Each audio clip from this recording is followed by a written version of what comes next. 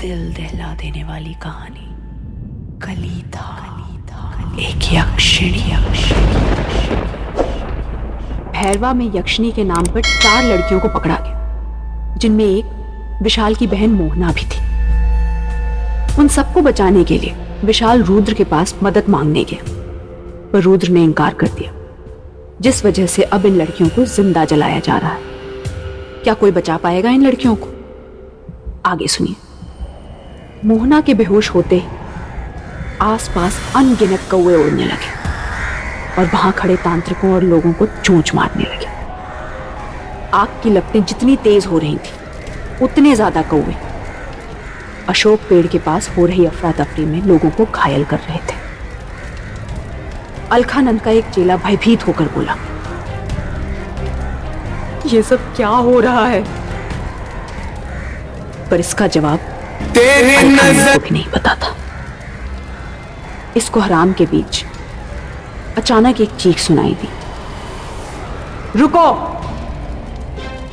एकदम से तेज चल रही हवा बंद हो गई और सारे कौवे जैसे हवा में गायब हो गए। अलखानंद इस भगदड़ के बीच उस आवाज को खोजने लगा, जिसकी वजह से आसपास का कालापन छट गया था। भगवा रंग के कपड़ों में खड़े इस इंसान के चेहरे पर जब आग की लपटों की रोशनी पड़ी तो गांव वाले और तांत्रिक हैरान रह गए।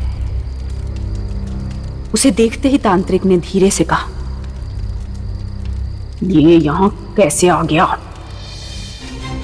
भगवा पहने रुद्र और उसके पीछे पीछे सिद्धार्थ और साक्षी अलखानंद की टोली के सामने जा खड़े हुए। रुद्र को देख सब हैरान थे, सिवाय विशाल की, जिसके चेहरे पर उम्मीद की एक नई किरण जाग गई थी। रुद्र ने सिद्धार्थ और विशाल की तरफ देखा और बोला, आग बुझाकर जल्दी इन लड़कियों को बचाओ, हमारे पास ज्यादा वक्त नहीं है। ये सुनते ही दोनों पानी ढूंढने में लग गए। अपने काम में आई बाधा के कारण गुस्से में अलकानंद रुद्र से बोला, तू पागल हो गया है? खुद की साधना से वक्त मिल गया तो यहां हमारे काम में बाधा बनने आ गया। जानता भी है तू किन शक्तियों की मदद करने जा रहा है? रुद्र बोला, जानता हूं मैं क्या कर रहा हूं। इतने में गांव के बूढ़े सरपंच दिगंबर ने गुस्से से कहा, ए लड़के, बुद्धि भ्रष्ट हो गई है क्या तेरी? जानता भी है इन लड़कियों ने क्या किया है? काली पहाड़ी के त्रिशूल को हटाने में इनका हाथ है। खा रही है ये लड़कियां हमारे गांव के बच्चों को। रुद्र ने अपनी आंखें बंद की और फिर गांव वालों की तरफ देखते हुए पूछा, आपको क्यों लगता है कि इन लड़कियों की वजह से इस गांव में यक्षिणी का प्रकोप लौटा है? इनकी उम्र देखिए। यक्षिणी को बुलाना या आजाद कर पाना क्या इन 22-23 साल की लड़कियों का काम होगा? रुद्र सबको समझाने में लगा था और उधर विशाल और सिद्धार्थ पानी की बाल्टियां लाकर आग बुझा रहे थे। बाबा अलखानंद को लगा कि उनकी तरकीब अब काम नहीं करेगी। किसी भी तरह इन लड़कियों को मारना ही होगा। यक्षिणी आजाद हुई तो कोई नहीं बचेगा। अलखानंद ने सबको भड़काने का पैतरा अपनाया। कौन कर रहा है यहां यक्षिणी की पहचान? जो खुद उस किन्नर की जटिल आत्मा से एक बच्ची को नहीं बचा पाया, वो आदमी। जाइए जाइए, वापस देवीपुर मठ जाइए। अपनी साधना में ध्यान दीजिए, आपको जरूरत है उसकी। तांत्रिक का ताना सुनने के बाद भी रुद्र अपनी जगह से नहीं हिला। आग बुझते ही उसकी नजर मोहना की तरफ गई। बेहोश मोहना पेड़ से बंधी हुई थी। उसके चेहरे पर धुएं की काली के निशान लगे थे। मशालों की रोशनी में मोहना का चेहरा देखते ही रुद्र के पैर अपने आप पेड़ की तरफ चल दिए। उसकी आंखें ना कुछ और देख पा रही थी, ना ही कानों को कुछ और सुन रहा था। रुद्र ने पेड़ के पास जाकर रस्सी से बंधे मोहना के शरीर को खोल दिया बेसुध मोहना रुद्र के ऊपर आ गिरी। रुद्र ने धीरे से उसे संभाला, फिर उसके चेहरे से बाल हटाए।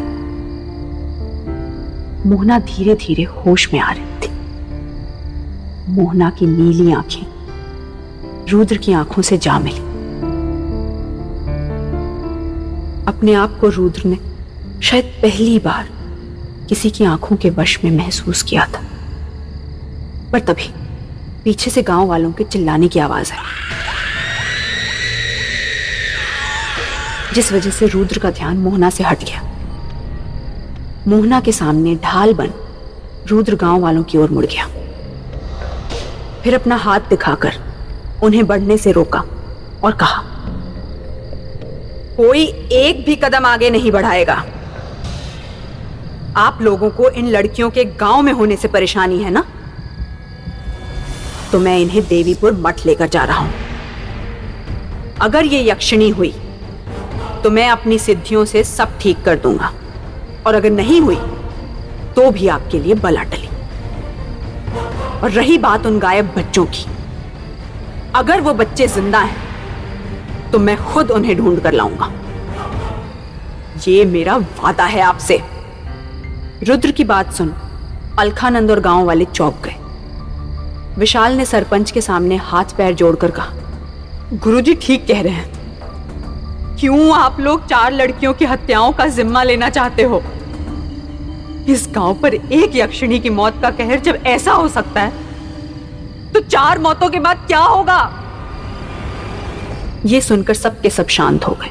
विशाल की बात पर सरपंच दिगंबर ने जवाब दिया, ठीक है, ले जा अपनी बहन को।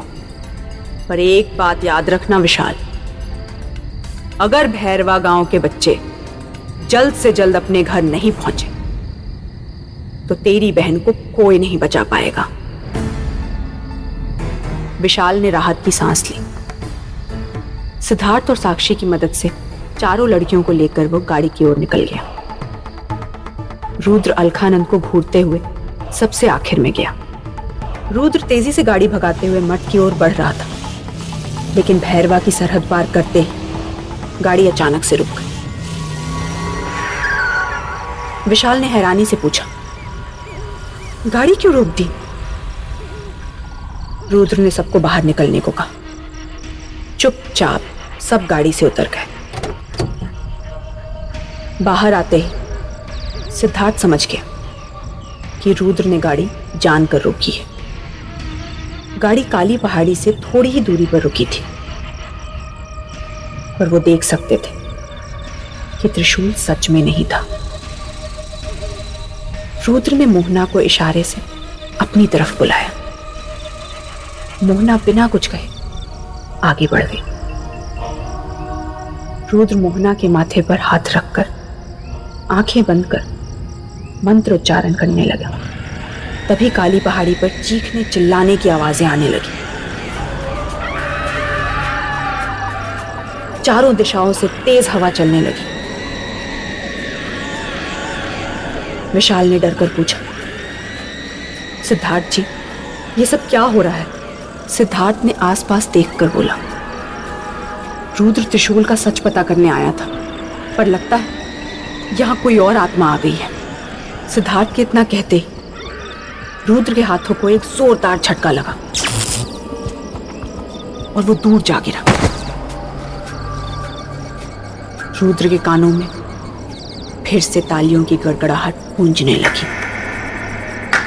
जब नजर उठाकर देखा तो सामने एक बच्ची खड़ी थी। पूरा चेहरा सिंदूर से रंगा था और लंबे बिखरे बाल लटक रहे थे।